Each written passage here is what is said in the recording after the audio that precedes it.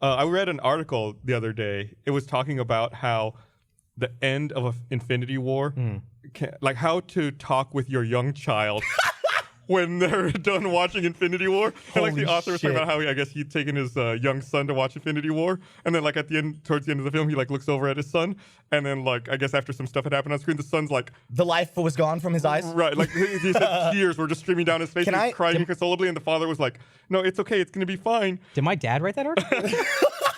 And then the kid's like, how can you say it's gonna be fine? You're like, so-and-so, I just watched him die. Oh, God. Can I very quickly, like... Nobody dies in Infinity War. Can I do a very quick thing about the end of Infinity War? And I'll like flail my hands when I'm done. Spoilers are over at this point. Okay, so I'll still flail my hands when I'm done talking about the end of Infinity War. So I went to go see that movie on a Monday night by myself at like 7:30 or something. Barely was able to get a seat. That whole thing I just thought was amazing. And I thought the movie was fine. I thought it was fun. I still think it's an incredible accomplishment what they were able to do. But towards the end, fucking Thanos does his little snaps. Yeah. And everyone starts disappearing. I'm like, holy shit. We're doing this. Okay, cool. Because I never read the comics or anything. So T'Challa goes, and I'm like, okay, so this means nothing. Right. Because Disney would have to be fucking insane. Well, that's the meta-analysis, right? Which is unfortunate that you can't separate yourself from that. Yeah. It's like, I know that person has a sequel. I know there's another movie coming out. So that person, I'm watching it, and I'm like, oh, okay, I'm kind of out of this moment, but still, it's a pretty ballsy thing to do. Yeah. And I hear like a few sniffles in the audience, and then I hear a big one, 2 seats to the side of me.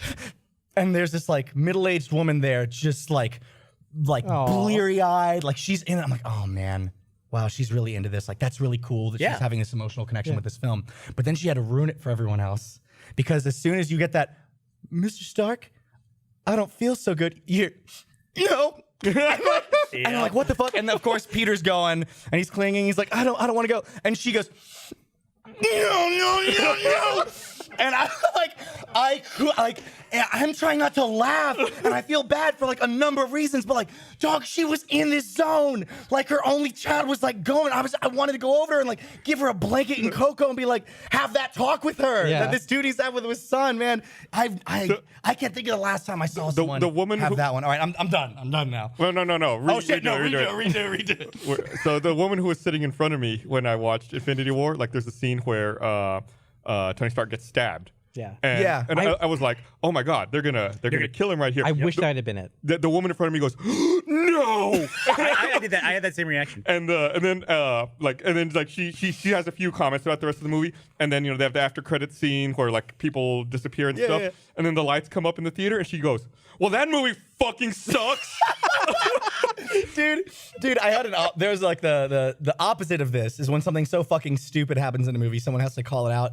I was still in high school, so it was either Transformers 2 or 3. But a bunch of people were like, oh, let's go see the new Michael Bay Transformers. I was like, all right, sure, fine. In one of those movies... Should I do this?